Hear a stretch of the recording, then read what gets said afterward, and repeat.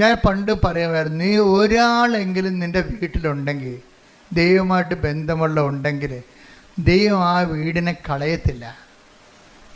അതുകൊണ്ടാണ് ഞാൻ ആരെങ്കിലും ഒരാളെങ്കിലും ഉണ്ടെങ്കിൽ ആ വീട് അക്സെപ്റ്റ് ചെയ്യുന്ന കാര്യം എന്നാണ്.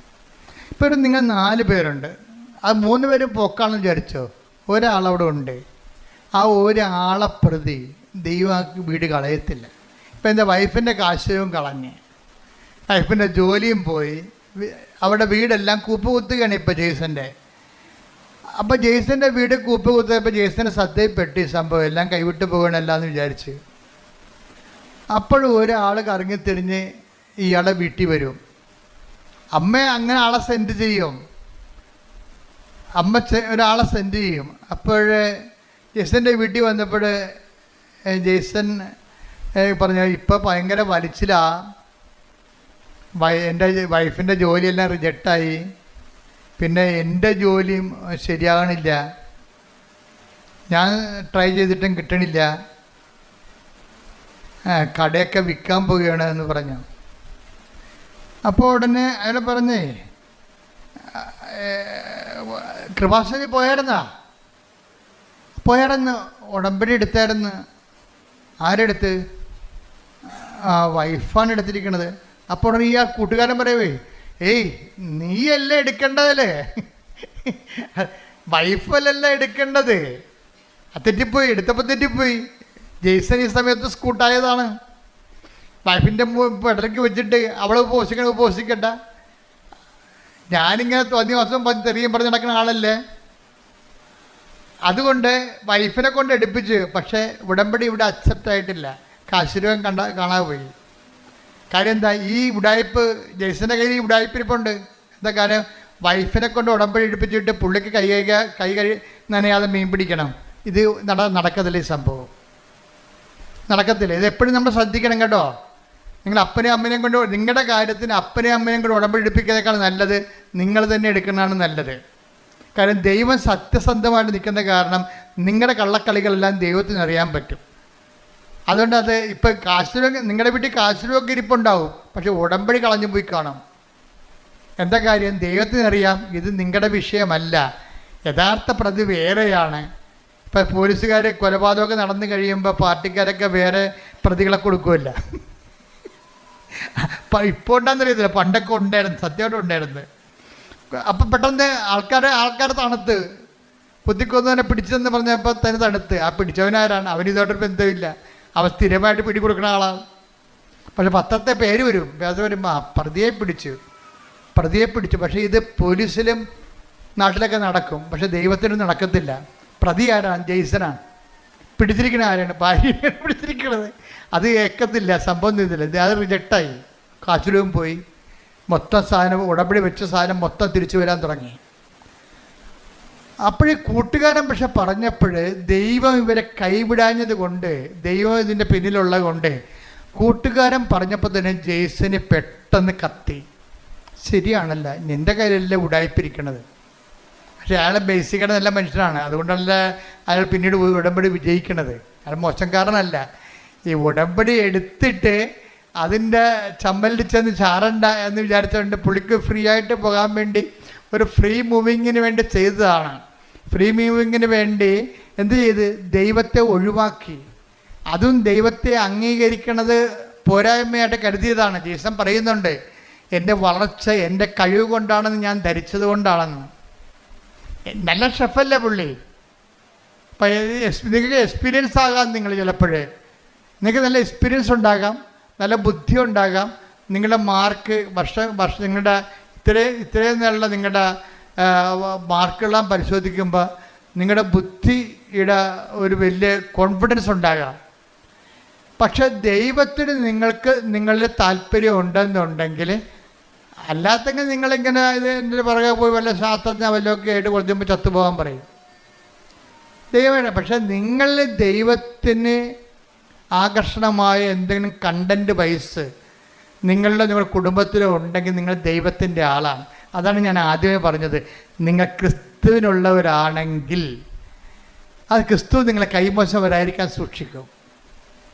ക്രിസ്തു ഇല്ലെങ്കിൽ പ്രശ്നമൊന്നുമില്ല, ദൈവത്തിന് റിസ്ക് ഇല്ല അക്കാര്യത്തിൽ. എവിടെയെങ്കിലും പോയി തൊലയണമെന്ന് പറയും, നോ പ്രോബ്ലം.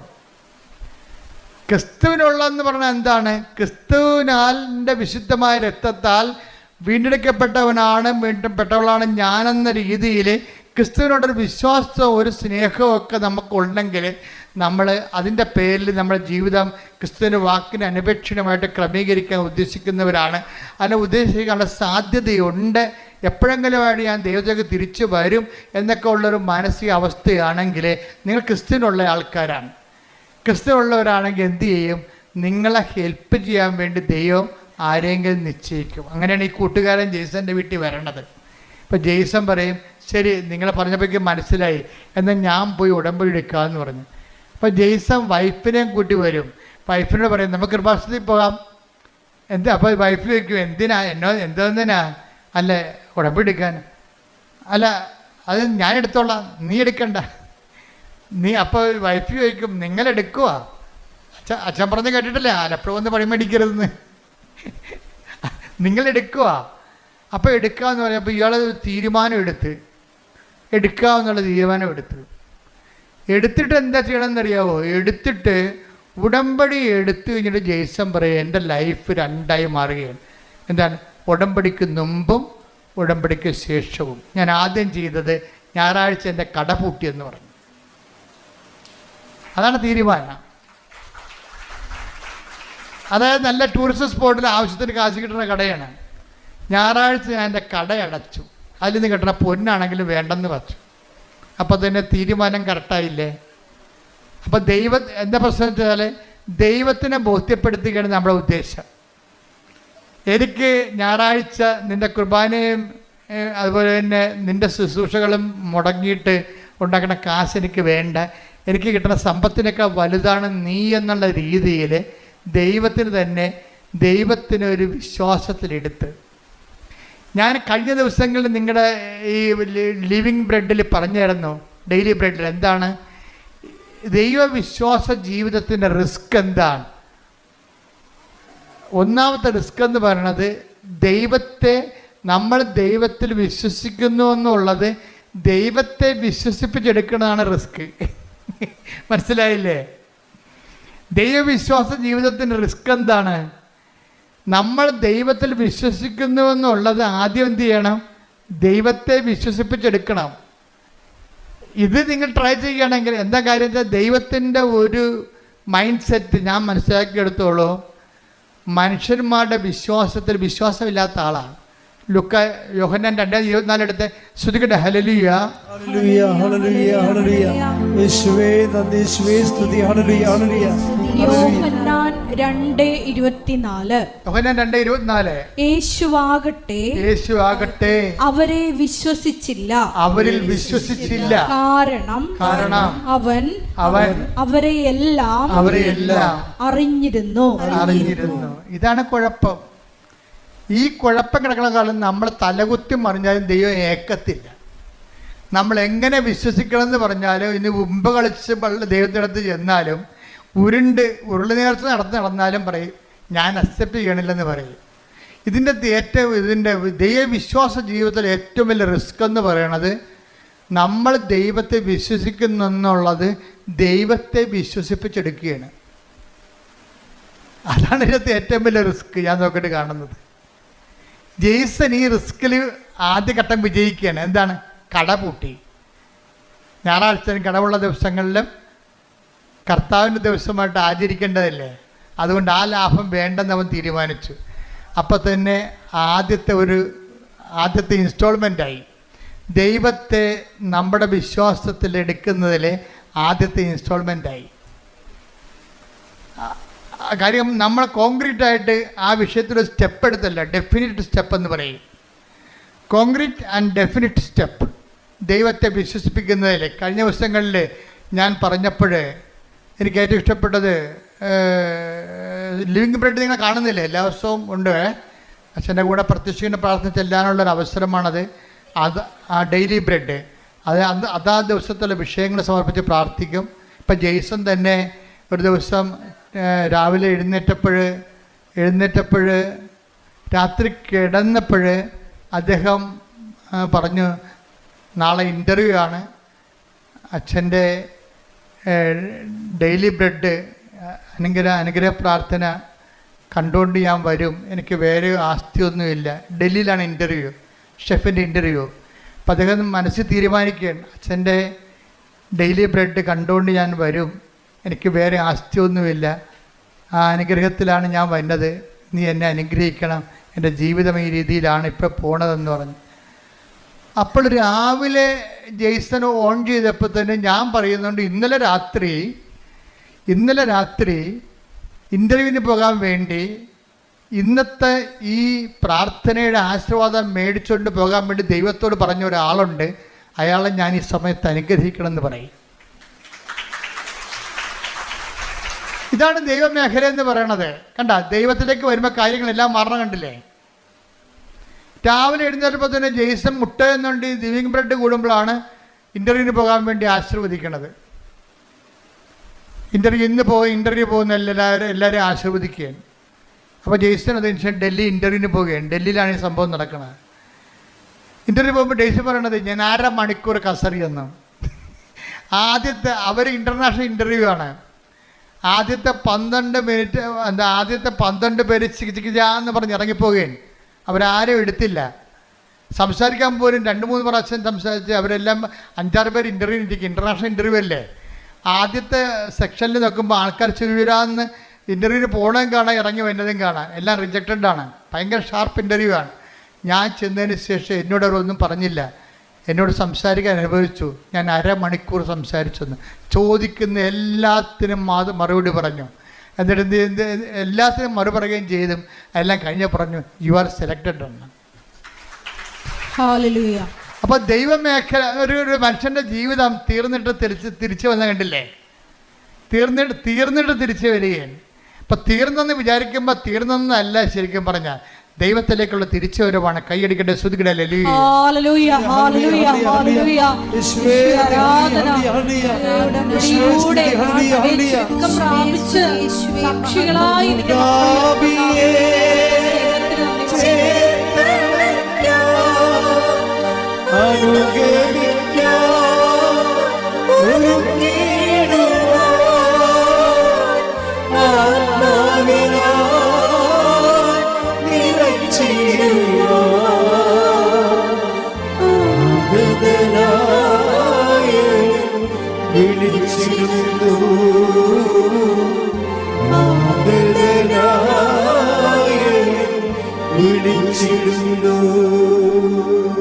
അവസാനം എന്താ ഈശോ പറഞ്ഞത്?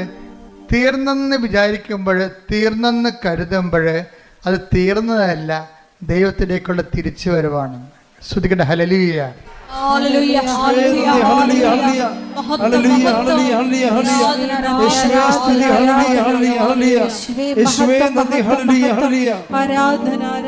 അപ്പൊ ജെയ്സന്റെ കാലം എന്താ വെച്ച് കഴിഞ്ഞാൽ, ജെയ്സന്റെ ഈ ഉടമ്പടി എടുത്തതിന് ശേഷം ഈ മനുഷ്യൻ പരിശുദ്ധാത്മാവ് നിറഞ്ഞിട്ട് പിന്നെ ഞാൻ പറഞ്ഞ തിരക്കി പിടിച്ച് നടന്ന് ഉപവിപ്രവർത്തനങ്ങൾ ചെയ്യാൻ. അപ്പം തിരക്കി പിടിച്ച് നടന്ന് ഉപവിപ്രവർത്തനങ്ങൾ ചെയ്യുന്ന സമയത്ത് നാട്ടുകാരും വീട്ടുകാരും ചോദിക്കും, നിനക്കെന്ത് സംഭവിച്ചെന്ന് ചോദിക്കണത്.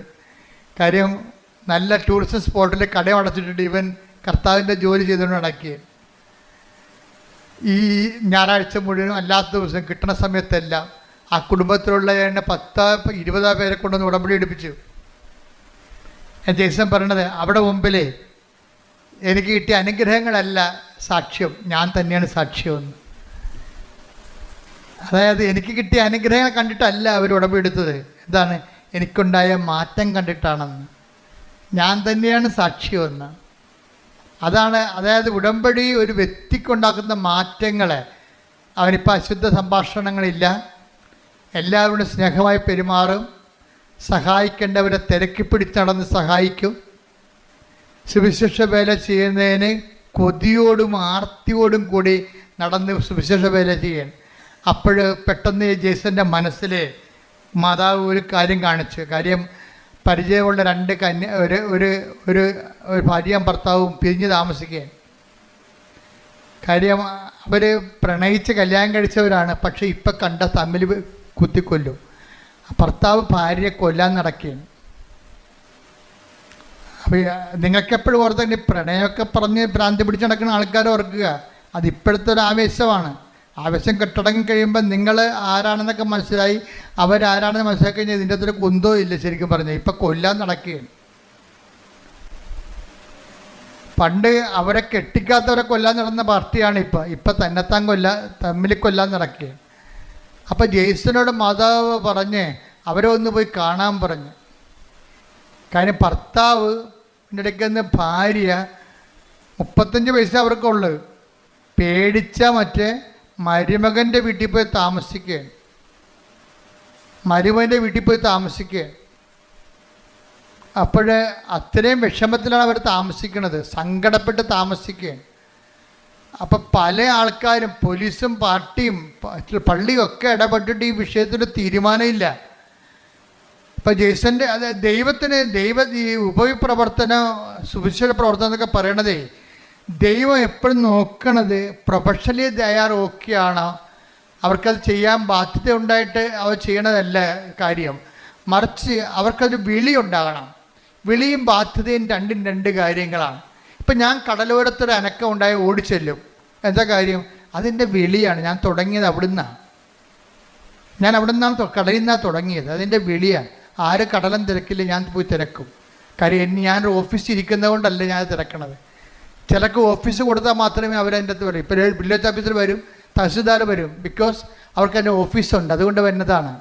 ആ ഓരോ ഓഫീസില്ലെങ്കിൽ ഞാൻ പോകും. എന്താ കാര്യം? അത് വിളി വേറെ, ബാധ്യത വേറെ.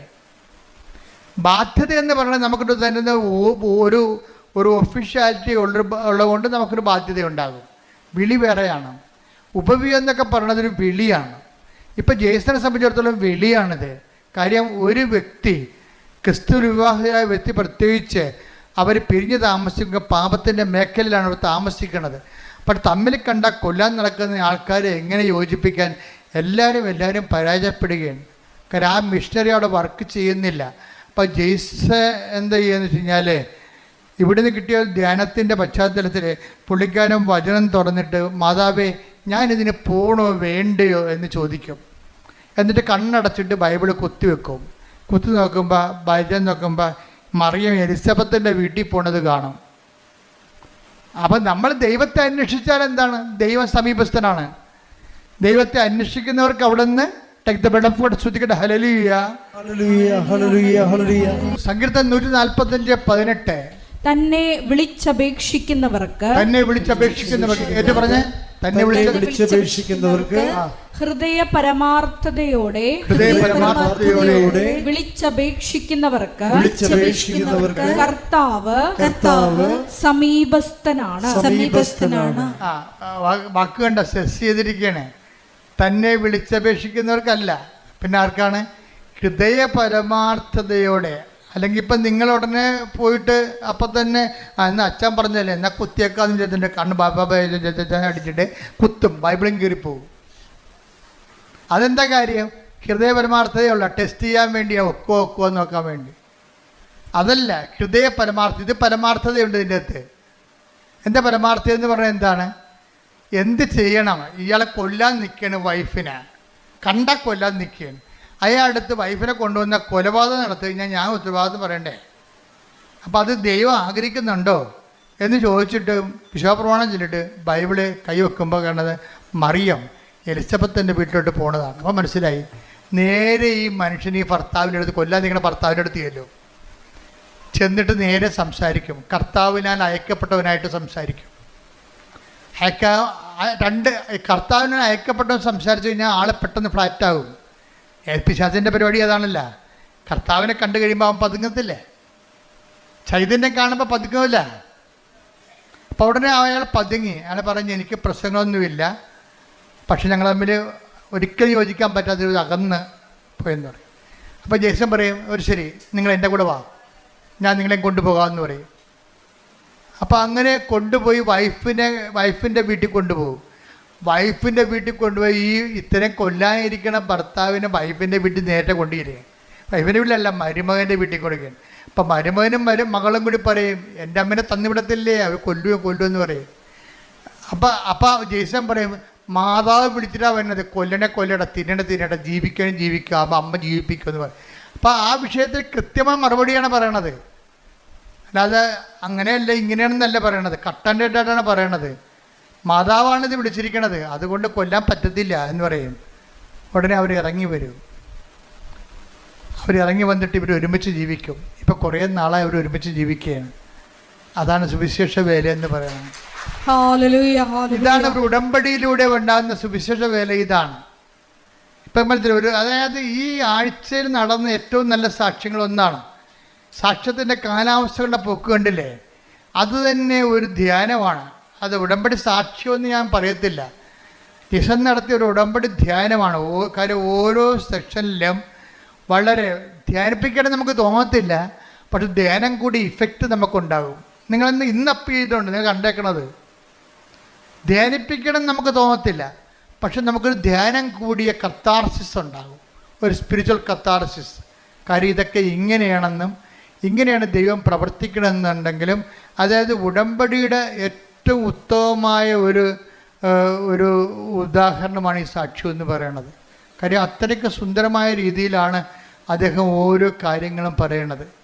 എന്ന് വെച്ച് കഴിഞ്ഞാൽ ഈ വിഷയത്തിൽ അദ്ദേഹത്തിന് ഇൻ്റർവ്യൂ പാസ്സായി കഴിഞ്ഞപ്പോൾ, അദ്ദേഹത്തിന് വിസ വന്നു കഴിഞ്ഞപ്പോൾ വൈഫിൻ്റെ കാര്യം സക്സസ്സായി. കുറേ നാളായിട്ട് പെൻഡിങ്ങിൽ കിടന്ന വൈഫിൻ്റെ ജോലി സെറ്റായി. കണ്ടു നോക്കിയേ. അപ്പോൾ അദ്ദേഹം പറയുന്നൊരു വാക്കുണ്ട്, എന്താ പറയണമെന്നറിയാവോ? വൈഫിൻ്റെ കാര്യം ആദ്യം സെറ്റാകാതിരുന്നതിൻ്റെ കാരണം ആ ഉടമ്പടിക്ക് ആശ്രയം കളഞ്ഞു പോയതെല്ലാം എന്താണ്? എന്നെക്കൂടി വിശുദ്ധീകരിക്കാൻ ദൈവം ആഗ്രഹിച്ച കൊണ്ടാണ് ആദ്യത്തെ കാര്യങ്ങൾ നടക്കാതെ പോയെന്ന്. എന്തൊരു ജ്ഞാനമാണ്. ശ്രദ്ധിക്കട്ടെ.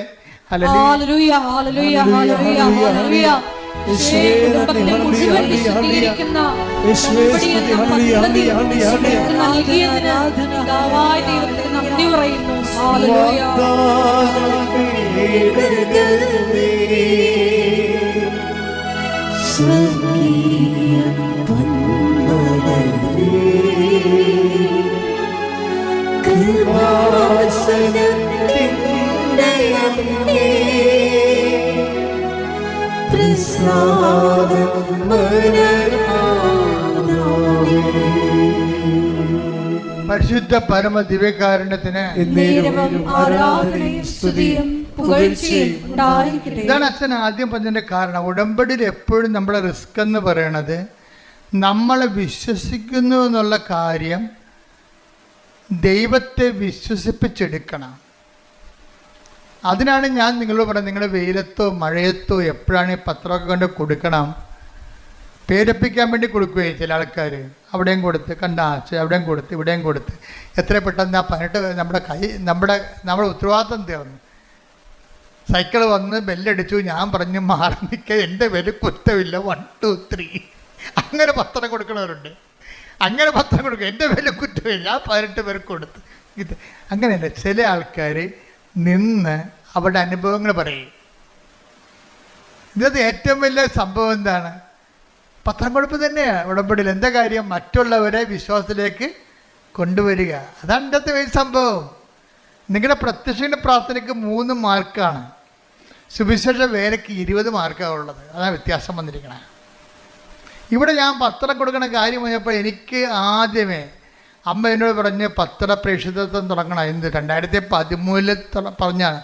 ഞാൻ വേളാങ്കണ്ണി നിൽക്കുമ്പോൾ വിജയകുമാറിനോട് ഞാൻ പറഞ്ഞു, അമ്മ പത്രപ്രേക്ഷിതത്തെക്കുറിച്ച് ഹോസ്പിറ്റൽ മിഷനെക്കുറിച്ച് പറയുന്നു എന്ന് പറഞ്ഞു.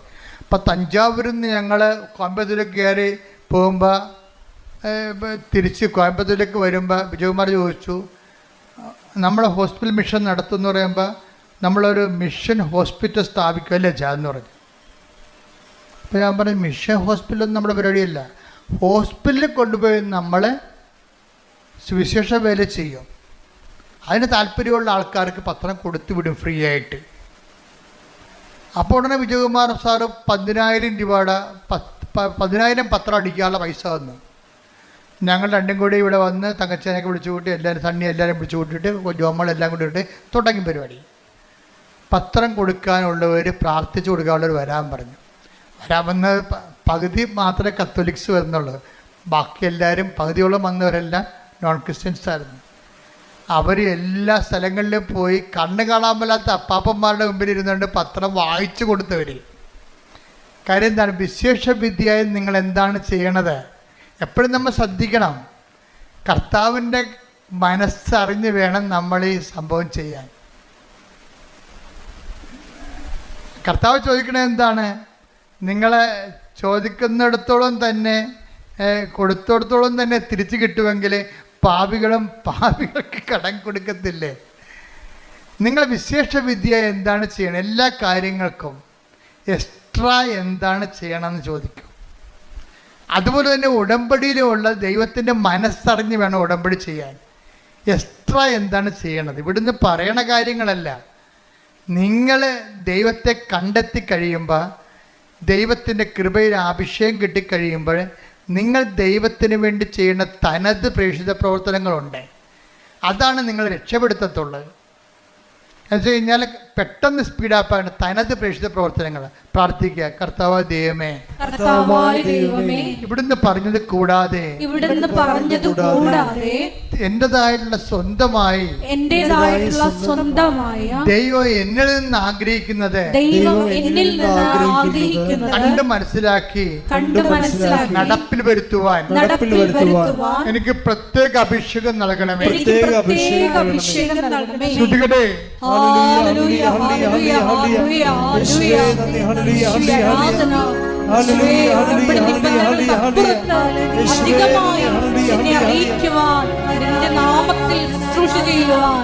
ആരാധനയിലൂടെ ഞങ്ങളെ അഭിഷേകം ചെയ്യണമേ.